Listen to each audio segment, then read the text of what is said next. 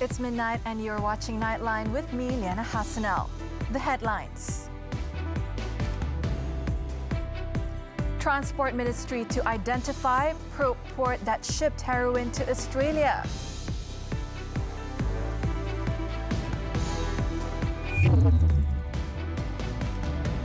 And Sam Kating Watts free in fatal Basika Lajak case.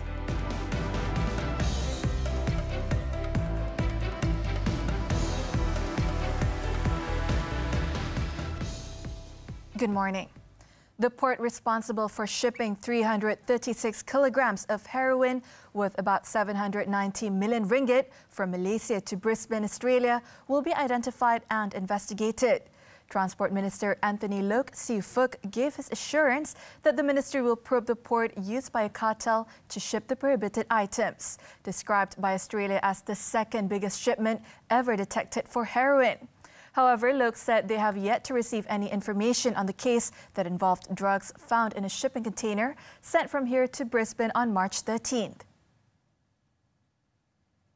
Kalau apa-apa kargo yang originate daripada Malaysia yang didapati menggunakan pelabuhan kita untuk mengangkut barang-barang rarangan, terutamanya dadah dan sebagainya, adalah satu kesalahan yang amat serius yang kita memandang perkara itu dengan serius, dan saya akan mendapatkan maklumat lebih lanjut daripada pelabuhan mana.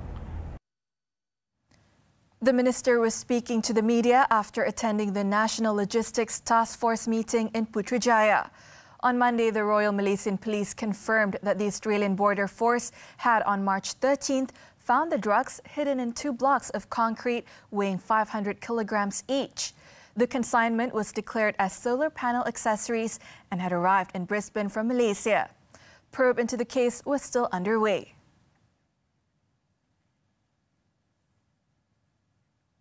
The Court of Appeal has freed clerk Sam Kating in the modified bicycle or Basika Lajak case. The court held that the charge against Sam was defective. A 3-member panel led by Justice Hadaria Said Ismail unanimously allowed her appeal and set aside her conviction and sentence under the Road Transport Act 1987. The prosecution had contended that Sam drove recklessly or dangerously in the early hours of February 18, 2017 and caused the death of 8 teenagers who were among those riding modified bicycles along Jalan Lingkaran Dalam in Johor Bahru. The court found that since the charge was defective, Sam's conviction by the Johor Bahru High Court last year cannot be sustained. When met by the media, Sam addressed the families of the deceased teenagers to apologize. Sepanjang 6 tahun kes ini, saya sentiasa terfikir dan merenung tentang bagaimanakah kehidupan harian dan harapan masa depan yang awal. Mungkin menikmati di sisi keluarga tersayang. Apa yang dikatakan oleh saya di sini tidak mencukupi untuk membawa kementeraman kepada kehidupan anda. On 10th October 2021, the Magistrate Court acquitted and released Sam at the end of the defense case. On April 13th last year, the High Court allowed the prosecution's appeal and convicted Sam of reckless driving and sentenced her to 6 years in prison and imposed a fine of 6,000 ringgit. The Education Ministry has agreed to provide an additional holiday for all schools on April 19th in conjunction with the Idul Fitri celebration. Its Minister Fadlina Siddiq said the decision was made to allow teachers and parents, especially those working in other states, to return to their hometowns. Pertama adalah berita gembira yang ingin daripada pihak tertinggi KPM ingin umumkan bahawa dengan ini pada 19 hari bulan April KPM mengisytiharkan cuti khas untuk semua warga Kementerian Pelajaran Malaysia, Kementerian Pendidikan Malaysia. Ya. Jadi 19 hari bulan tak ada sekolah. Jadi minta sampaikan kepada semua demi kita ambil kira semua pandangan dan untuk kesejahteraan untuk masing-masing, khususnya guru-guru kita dan warga KPM untuk mengurus perjalanan pulang ke kampung. Fadlina said this to the media after her ministry's Integrity Forum and Corruption-Free Pledge in Putrajaya. Based on the academic calendar for the 2023 to 2024 session, the school holidays in conjunction with Idul Fitri for states in Group A and B will begin on April 20th until May 1st. The minister also announced that the Sijil Tinggi Agama Malaysia STAM 2022 examination results would be out on April 18th. Fadlina added that the candidates can obtain the results from their respective schools after 10 a.m. A total of 4,634 candidates sat for the STAM 2022 examination at 134 examination centres nationwide. The bill to abolish the mandatory death penalty has been passed by the Dewan Negara on Tuesday by majority voice after a debate by 17 senators. This was after the abolition of mandatory death penalty bill 2023, tabled for its third reading by Deputy Minister in the Prime Minister's Department for Law and Institutional Reform, Ram Karpal Singh. The bill includes amendments to the Penal Code, the Arms Act 1960, the Dangerous Drugs Act 1952, and the Criminal Procedure Code. However, the death penalty can still be imposed by the court for serious crimes based on the facts of each case. Untuk kes-kes yang agak amat serius seperti kes bunuh, rogol bunuh, culik bunuh dan sebagainya, of course, budi bicaranya masih ada. Seperti di India, Tuan Ini betul. Walaupun hukuman mati itu dimansuhkan, budi bicara masih ada. Sama seperti di sini, di mana untuk di India, ianya telah pun dikenakan. The Dewan Negara also approved the Death Penalty and Life Imprisonment Review of Federal Court Provisional Jurisdiction Bill 2023 after it was debated by 12 senators. The bill aims to empower the federal court to review the death penalty and life sentence of inmates following the abolishment of the mandatory death penalty. For the record, there are currently 1,312 death row inmates serving their sentences, of whom 483 are foreigners. The government is studying the need to enact a Public Defender Act for legal aid services involving criminal cases in the country. According to Minister in the Prime Minister's Department for Legal and Institutional Reform, Datuk Sri Azalina Othman Said, the government is also looking at proposals to create a Public Defender's Office to improve and reform legal aid services. In a statement on Tuesday, Datuk Sri Azalina said the proposals is being discussed thoroughly through the engagement sessions called Workshop on Legal Aid Services for Criminal Cases in Malaysia. She also hoped that the engagement session could gather inputs and views from participants on several policy issues related to the appropriateness of creating a special act for legal aid services for criminal cases in the country. According to her, the government placed great emphasis on the continuous engagements by all stakeholders to ensure an effective system in providing legal aid services to Malaysians in need.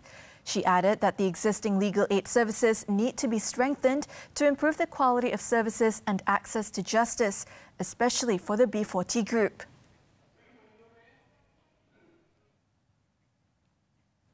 Former Police Menteri Besar Datuk Sri Azlan Man will be charged again in the Sessions Court in Kuala Lumpur on Wednesday on 5 charges of money laundering. The 64-year-old will face charges under the Anti-Money Laundering, Anti-Terrorism Financing and Proceeds of Unlawful Activities Act 2001. The Malaysian Anti-Corruption Commission, MACC, in a media invitation on Tuesday, stated that it has received permission to prosecute a former Menteri Besar on Wednesday. On Monday, Datuk Sri Azlan pleaded not guilty in the Kangar Sessions Court to 5 counts of submitting false overseas travel claims worth more than 1.18 million ringgit between 2013 and 2017.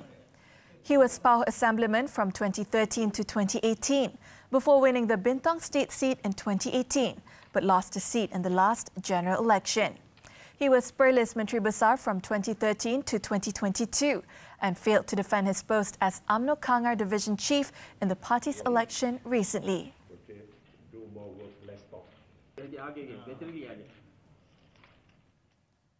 One of the self-proclaimed heirs of the Sulu Sultanate has been classified as a terrorist by the government. Director General of the Prime Minister's Department for Legal Affairs Division, Datuk Sri Khairul Zami Daud, said the Home Ministry has gazetted Muhammad Fuad Abdullah Kiram as a terrorist. Datuk Sri Khairul said the 69-year-old Filipino has been linked to the Royal Sulu Force, RSF, an entity also classified as a terrorist group under the Anti-Money Laundering, Anti-Terrorism Financing and Proceeds of Unlawful Activities Act 2001, which took effect from April 6th. Muhammad Fuad is one of the 8 people claiming to be descendants of the Sulu Sultanate who secured a disputed arbitration award against Malaysia last year. Previously, the then government would appeal against decisions by foreign courts and seek to set aside the awards granted. However, Datuk Sri Khairul stressed that under the new leadership, an offensive approach would be taken to deal with the Sulu-esque claim. He stated that the cabinet had also agreed to the appointment of a UK-based public relations firm to manage the global narrative and media strategy regarding the case.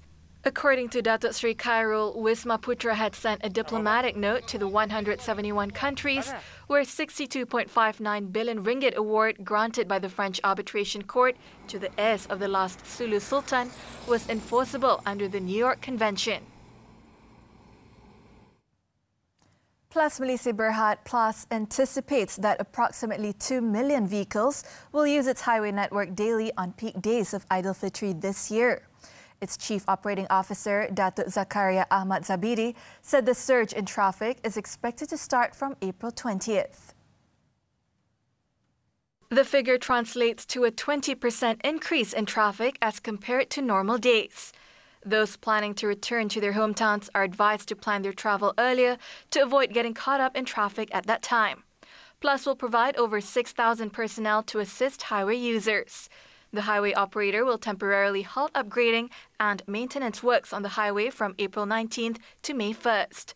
Plus will also issue its travel time advisory for the North-South Expressway as a strategy to help the public to plan their travels during the holidays. The Construction Industry Development Board, CIDB, has identified 12 new technologies for use in the local construction industry.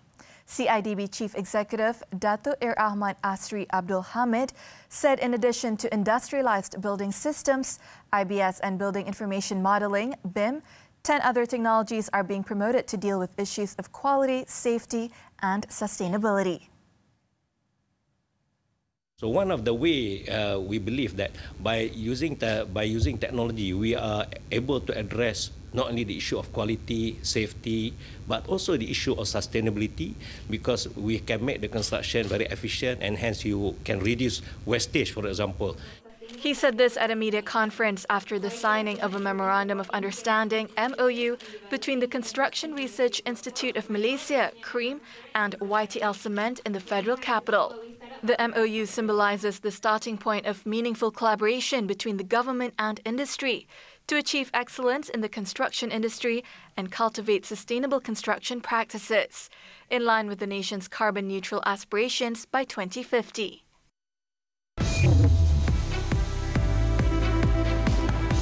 Thai sue government for failing to control pollution. This and more from the Foreign Front when Nightline returns.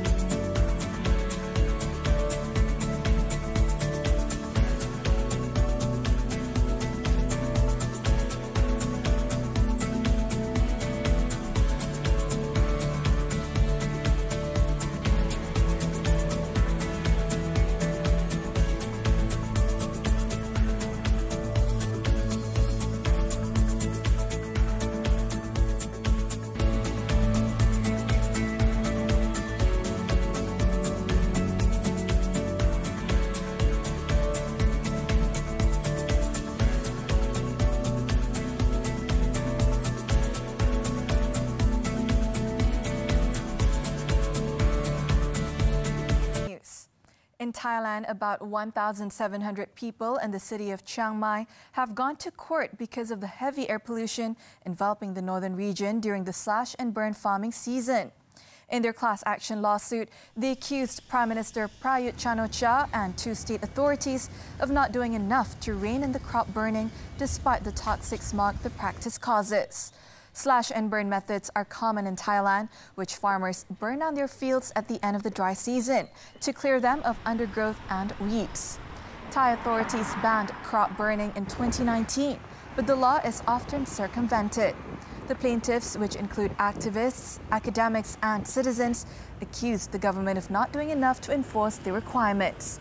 In the statistics of the cities with the most air pollution in the world, as monitored by the Swiss air quality technology company IQ Air, Chiang Mai has ranked at the top several times recently.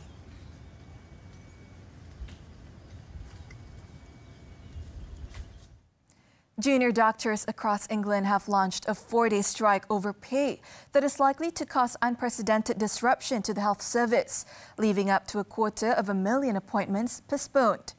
It was understood that doctors mounted picket lines outside hospitals from 7 a.m. on Tuesday to run until Saturday morning, in the longest stoppage of the wave of unrest, which has seen nurses, ambulance crews and other health workers took action since last year. Tens of thousands of junior doctors, qualified physicians who make up nearly half of the medical workforce, were striking for pay demands, insisting a 35% rise. The union representing doctors, the British Medical Association BMA, argued that members have suffered a 26% real terms cut in pay over 15 years. Meanwhile, Health Secretary Steve Barclay said junior doctors were making unreasonable demands, stressing that the strikes will have a catastrophic impact on National Health Service waiting lists, with up to 350,000 appointments and operations likely to be cancelled.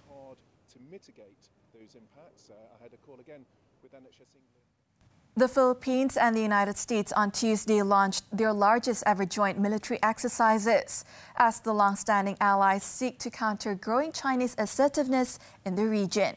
It was reported that nearly 18,000 Philippines and U.S. soldiers will be participating in the annual exercises, dubbed Buletin, or shoulder to shoulder in Filipino, which for the first time will include a live-fire drill in the South China Sea.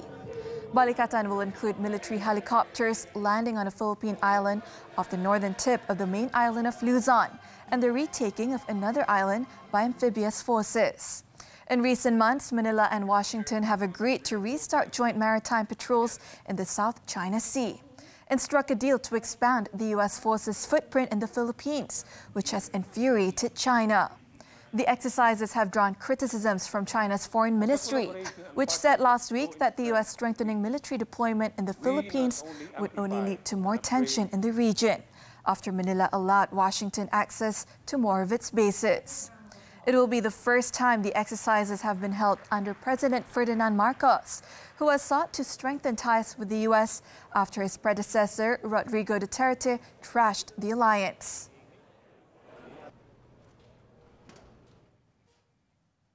A severe sandstorm has cloaked Beijing and China's northeastern regions for the fourth time in a month, forcing some residents to stay indoors to protect themselves from dense air pollution.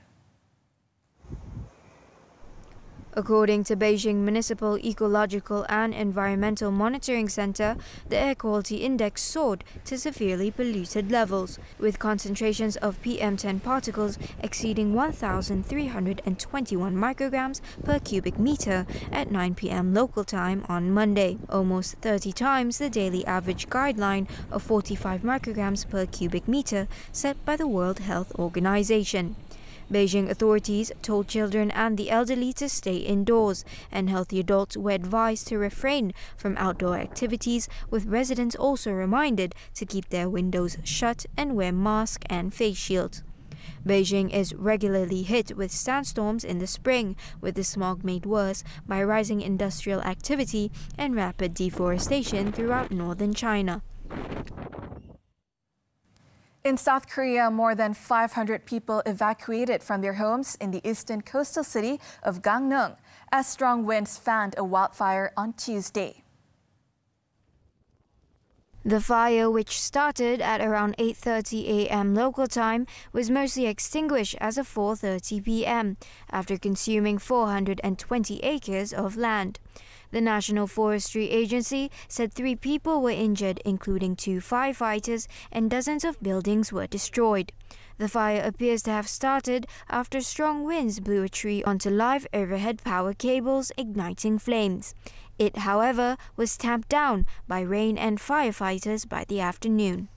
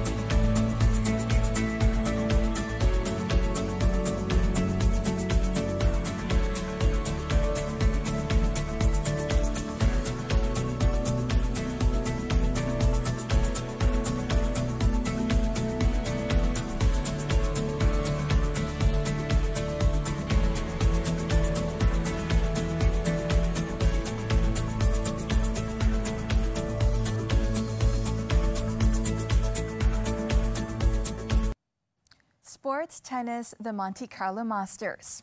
Former champion Stanislas Wawrinka rolled back the years to outlast talent Griekspoor and reached the second round. Wawrinka looked in danger of falling in his opener for a second straight year after losing a tight opening set 5-7. But the 38-year-old found a way back into the match by winning the next 2 sets 6-3, 6-4. Up next for the 3 times Grand Slam champion is world number 10 Taylor Fritz of the United States. Earlier, Andy Murray's first appearance in the tournament since 2017 ended in a loss to Alex de Minaur. Murray gained direct entry into the prestigious tournament after several players, including world number 2 Carlos Alcaraz and 11 times champion Rafael Nadal, withdrew due to injuries. However, the former world number 1 endured a torrid time in a rare appearance in a clay court tournament due to hip injuries, as he lost 1-6, 3-6 in 86 minutes.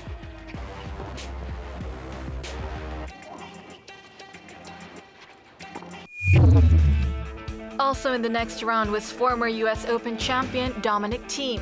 The Austrian, now ranked 106 in the world, beat French veteran Richard Gasquet 6-1, 6-4 as he looks to revive his career following his slide out of the top 300 due to a wrist injury.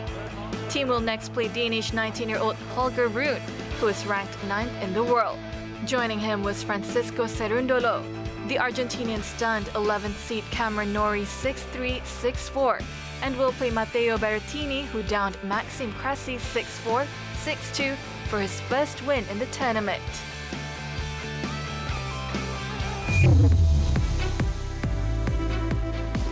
After this breather, contractor escapes gallows for drug-related charges.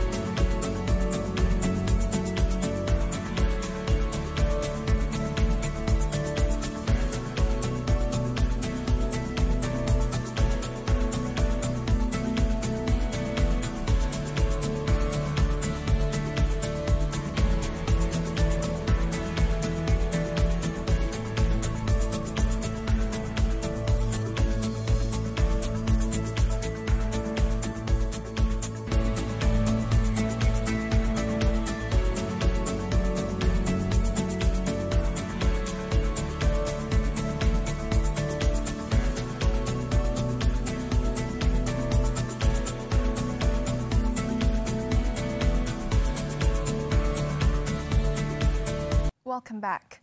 In Johor, the Johor Bahru High Court acquitted and discharged a contractor of 2 charges of trafficking and possessing drugs 5 years ago. Judge Nurhayati Mat made the ruling against Wang Shike after finding that the prosecution failed to establish a prima facie case against the accused at the end of the prosecution case. In her judgment, Nurhayati said that based on the evaluation of all the evidence presented in court, there was no relevant evidence or fact to link the 53-year-old to the drugs found. Wang allegedly distributed heroin weighing 7.81 kilograms in Taman Desa Cemerlang, Johor Bahru at 3:30 a.m. on October 30th, 2018. He was charged under the Dangerous Drugs Act 1952, which carries the death penalty if convicted. At the same court, Wang was also acquitted and discharged of another charge of jointly possessing ketamine weighing 19.45 kilograms at the same location and time. Wang was charged under the Dangerous Drugs Act 1952. The Kuala Lumpur branch of the Domestic Trade and Cost of Living Ministry seized 8,511 counterfeit branded clothes and trousers from 4 wholesale premises in Jalan Kenanga last week.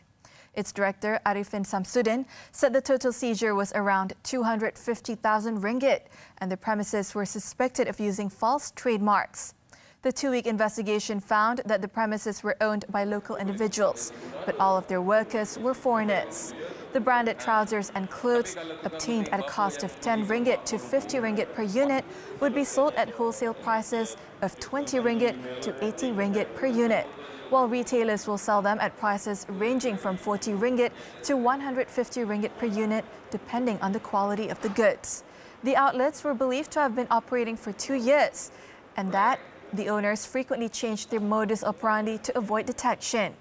3 foreigners were detained to facilitate investigations under the Anti-Money Laundering, Anti-Terrorism Financing and Proceeds of Unlawful Activities Act 2001.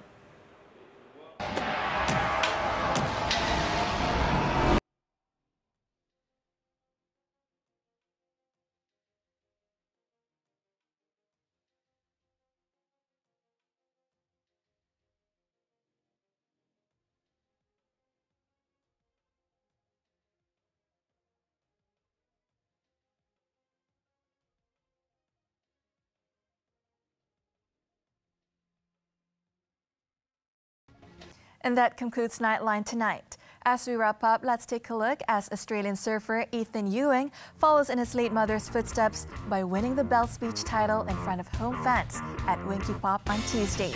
His name will be etched on the World Surf League Events trophy next to his mom's. I'm Liyanna Hassanel. Thanks for watching and selamat bersahur.